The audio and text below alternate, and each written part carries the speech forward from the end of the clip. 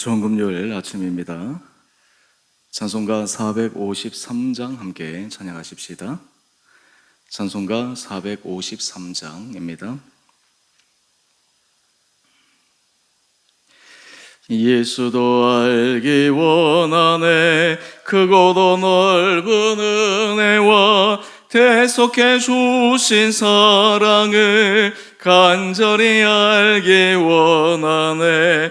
내 평생의 소원, 내 평생의 소원, 대속해 주신 사랑을 간절히 알기 원하네. 성령이 스승되셔서 진리를 가르치시고 거룩한 뜻을 깨달아 예수를 알게 하소서. 내 평생의 소원, 내 평생의 소원, 대속해 주신 사랑을 간절히 알기 원하네. 성령의 감화 받아서 하나님 말씀 배우니 그 말씀 안절안절이 내 맘에 교훈되도다.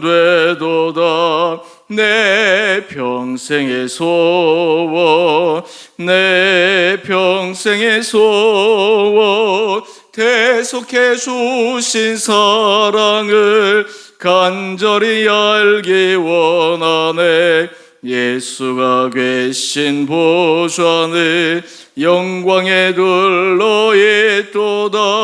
평화의 왕이 오시니 그 나라 왕성하도다. 내 평생의 소원, 내 평생의 소원, 대속해 주신 사랑을 간절히 알기 원하네. 아멘. 오늘 말씀은 히브리서 5장 1절에서 14절까지입니다.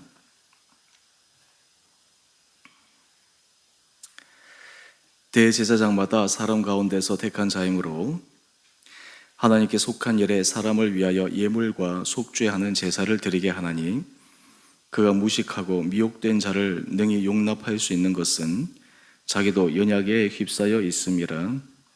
그러므로 백성을 위하여 속죄제를 드림과 같이 또한 자신을 위하여 드리는 것이 마땅하니라. 이 존귀는 아무도 스스로 취하지 못하고 오직 아론과 같이 하나님의 부르심을 받은 자라야 할 것이니라.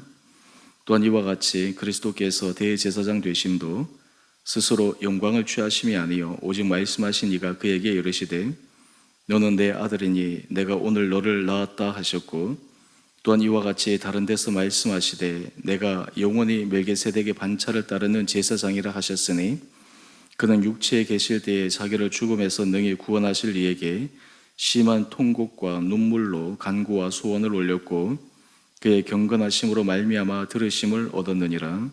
그가 아들이시면서도 받으신 고난으로 순종함을 배워서 온전하게 되셨은즉 자기에게 순종하는 모든 자에게 영원한 구원의 근원이 되시고 하나님께 멜기세덱의 반차를 따른 대제사장이라 칭하심을 받으셨느니라. 멜기세덱에 관하여는 우리가 할 말이 많으나 너희가 듣는 것이 둔함으로 설명하기 어려우니라. 때가 오래되었으므로 너희가 마땅히 선생이 되었을 터인데 너희가 다시 하나님의 말씀의 초보에 대하여 누구에게서 가르침을 받아야 할 처지이니 단단한 음식은 못 먹고 젖이나 먹어야 할 자가 되었도다.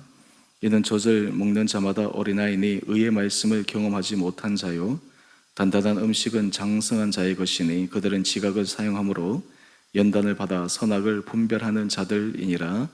아멘. 좋은 금요일 아침입니다. 하나님께서 우리 사랑하는 성도님들 날마다 새로운 힘을 더하여 주시고 또 이 하루도 믿음 안에서 기쁨으로 살아가는 복된 날 되시기를 원합니다. 이 사람의 본성은 사람으로 하여금 생존하게 만드는 힘이 있습니다.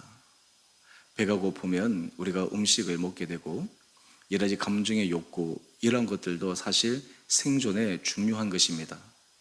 만약 그 본능이 충족되지 않으면 사람마다 이렇게 저렇게 어려움에 겪기 마련입니다.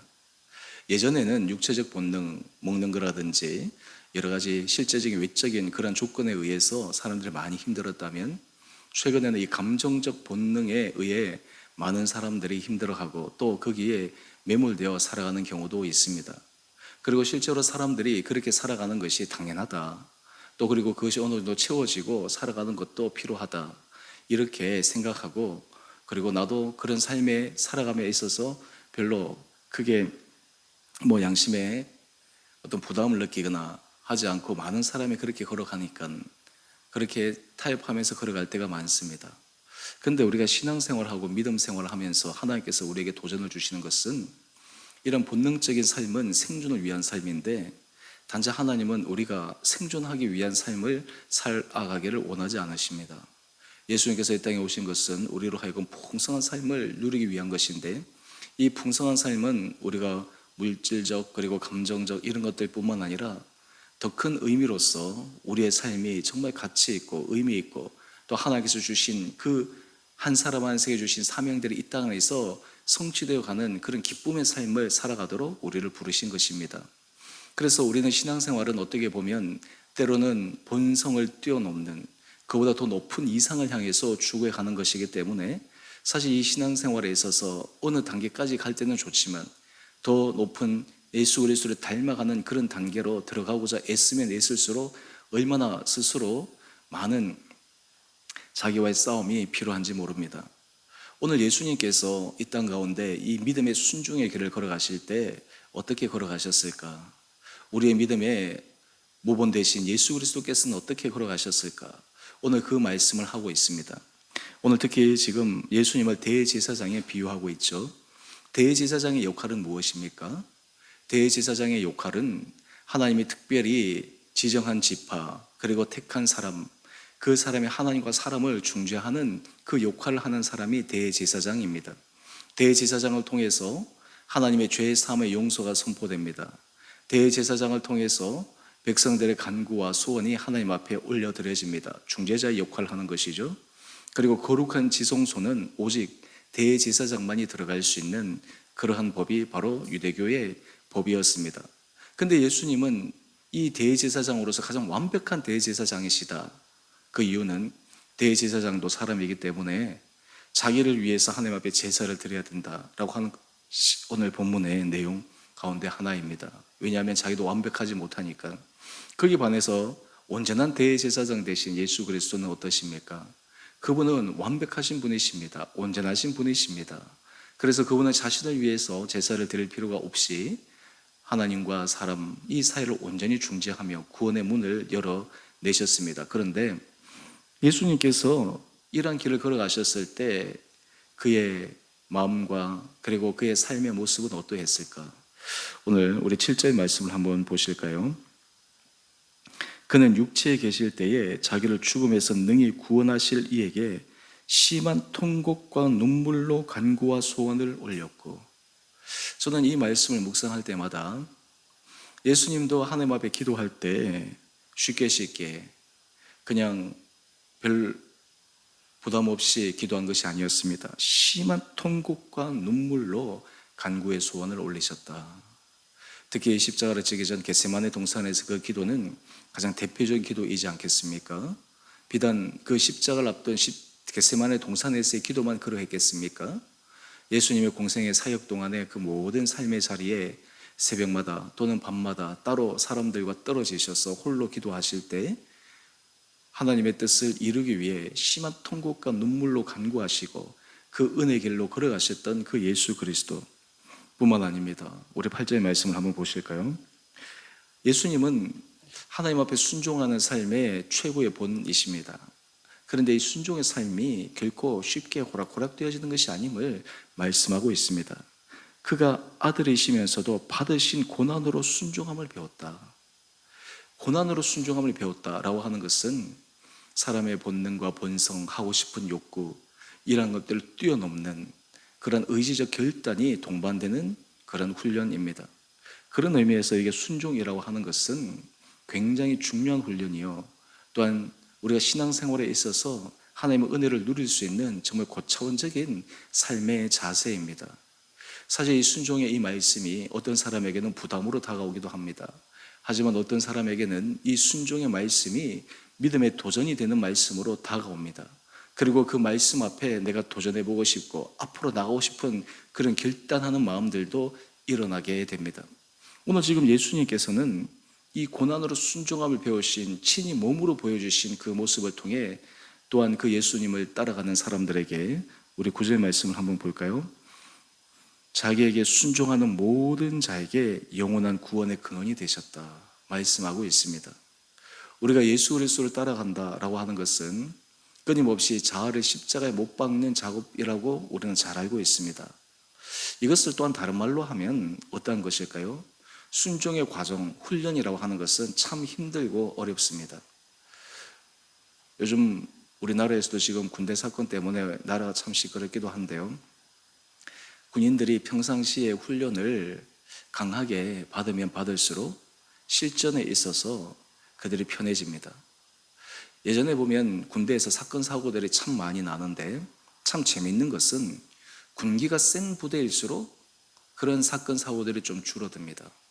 왜냐하면 워낙 훈련이 세다 보니까 그냥 각자의 자리에 있어서 서로가 서로에게 불필요한 그런 일들이 일어나지 않게 되는 것이죠. 우리가 삶의 자리에 있어서 하나님 앞에 훈련을 받을 때 하나님 앞에 강한 훈련을 받는 사람, 특별히 하나님께서 기뻐하시는 그 일을 위해서 하나님께서 더 세게 훈련시키는 사람들이 있습니다. 그런데 그런 사람들을 통해 또 하나님께서 일을 하시는 것이에요. 그 사람들을 통해 하나님께서 은혜 가운데 붙들어 주시는 것입니다. 군대에도 보면 일반 부대가 있고 또 특수부대가 있지 않습니까? 특수부대와 일반 부대의 훈련은 그 질과 강도가 굉장히 차이가 납니다. 그래서 그들이 평상시에 그런 고강도의 훈련을 받기 때문에 어떤 의미에서 실전의 자리에서도 그것이 그냥 익숙함으로 자연스럽게 나가게 되는 것이죠. 그 훈련을 받을 때 그 훈련의 시간은 얼마나 고통스러운지 모릅니다. 얼마나 괴로운지 모릅니다. 그런데 오늘 우리 큐티 한 장 넘겨보시면 묵상 에세이에 이런 제목이 나옵니다. 고통을 통해 주님께 더 가까이.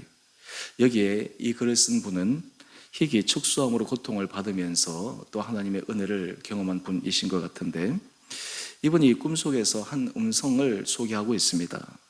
고통을 피하지 말고 끌어안아라. 고통을 피하지 말고 끌어안으라. 가만히 생각하면 왜 우리들이 삶의 자리에서 주의 말씀에 순종하는 것이 힘든가? 그 이유는 고통이나 어려움이나 이러한 것들을 내가 끌어안는 힘이 부족하기 때문입니다. 회피하고 싶기 때문입니다. 편하고 싶기 때문입니다. 그런데 때로는 이 고통에 직면할 필요가 있습니다. 그것을 뚫고 나갈 필요가 있습니다.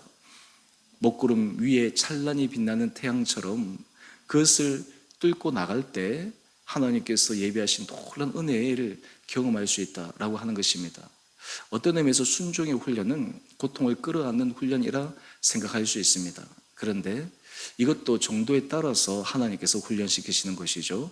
어떻게 훈련시키실까요? 우리 13절 말씀 잠깐 한번 가보십시다. 젖을 먹는 자마다 어린아이니 의의 말씀을 경험하지 못한 자요 단단한 음식은 장성한 자의 것이니 그들은 지각을 사용함으로 연단을 받아 선악을 분별하는 자들이니라. 어린아이들은 단단한 음식을 먹지 못합니다. 특별히 아이가 태어나서 이유식의 과정을 거칩니다. 그러면서 다양한 음식들을 먹으면서 이 몸에 적응도 해야 되고 그러면 이제 장성한 분량까지 아이들이 자라기 시작하면 어느 정도 이제 신체적으로 기능을 할 때가 되면 다양한 음식들을 먹어낼 수가 있습니다. 그리고 그것이 실제로 그 아이에게 굉장히 좋은 영양분이 되어지는 것이죠. 우리가 말씀에서도 마찬가지입니다. 말씀도 하나님께서 어린아이와 같을 때는 어린아이의 말씀으로 우리를 양육하십니다. 조금 우리가 자라가면 좀 더 단단한 말씀으로 우리를 훈련시키십니다. 여러분 한번 보십시오. 우리가 어느 정도 정상적인 삶을 살아가는데 몸이 좋지 않을 때는 죽을 먹습니다. 그런데 그 죽만 매일매일 먹으면 그것이 얼마나 힘듭니까? 일반적인 삶을 살아갈 때 필요한 음식들, 내가 쉽고 소화시킬 수 있고 이런 음식들을 먹어 나갈 수 있는 것이 우리에게 건강한 것이죠. 오늘 지금 예수님께서 우리들에게 이 순종의 삶은 결코 호락호락한 삶이 아니다라고 하는 것을 말씀하고 있습니다. 흔히 우리는 주의 말씀을 따라갈 때 잘못된, 그리고 스스로가 이런 생각을 할 때가 있습니다. 주의 말씀을 내가 마음 먹기만 하면 따라갈 수 있다. 내가 주의 말씀을 내가 결단하기만 하면 순종할 수 있다. 그런데 결코 그렇지 않습니다. 제가 예전에도 그런 설교를 한번 드렸는데, 제가 고등학교 때 우리 담임 선생님이 고3 때 담임 선생님이신데 이분이 수학 선생님이세요. 근데 이분은 집안이 다 교회를 다니는데 이분만 유일하게 교회를 잘 안 다니시는 분이십니다. 학교에서도 별명이 독사라는 별명이 불릴 정도로 정말 학생들이 보기만 해도 막 이게 피해 다니는 그런 선생님이셨습니다. 저도 그렇게 굉장히 무서운 선생님으로만 알고 있었는데, 면담하는 과정 가운데 제가 목회자 아들인 걸 아니까 자신의 마음을 털어놓습니다. 우리 집안도 다 예수 믿는 집안인데 나도 사실 거기에 대한 마음이 부담이 있다. 나도 언젠가는 교회를 가야 되는데 아직 그때가 언제인지 모르겠다. 그러면서 이분이 재밌는 얘기를 하시는 거예요. 나도 어느 순간이 되면 기도원에 그냥 짐 싸들고 가서 이불 뒤집어 쓰고 하나님 앞에 기도하면서 내가 신앙을 해야지. 그런데 재밌는 것은 그런 때가 오겠느냐라고 하는 것이에요. 이후에 제가 그분이 그런 신앙생활에 들어갔다는 얘기를 들은 적은 없습니다. 사람들은 생각합니다. 내가 마음만 먹으면 할 수 있어. 내가 그때가 되면 할 수 있어. 그런데 이 순종의 길을 걸어가고 하나님 앞에 믿음의 길을 걸어가는 것, 사실 모든 사람에게 허락된 것 같지만 그렇지는 않습니다. 우리가 삶의 자리에서 하나님께서 우리에게 도전하신다고 하는 것은 얼마나 큰 은혜인지 모릅니다. 우리로 하여금 믿음의 자리에서 계속해서 재촉하도록 하신다고 하는 것은 하나님께서 우리를 향하신 그 사랑이 얼마나 크신지 모릅니다. 이것은 훈련이 되어야 되고, 이것은 정말 중요한 자리에서 하나님의 일을 감당할 수 있는 그러한 것입니다. 훈련되지 않는 사람, 그리고 그것이 제대로 되어지지 않으면 어떻게 되겠습니까?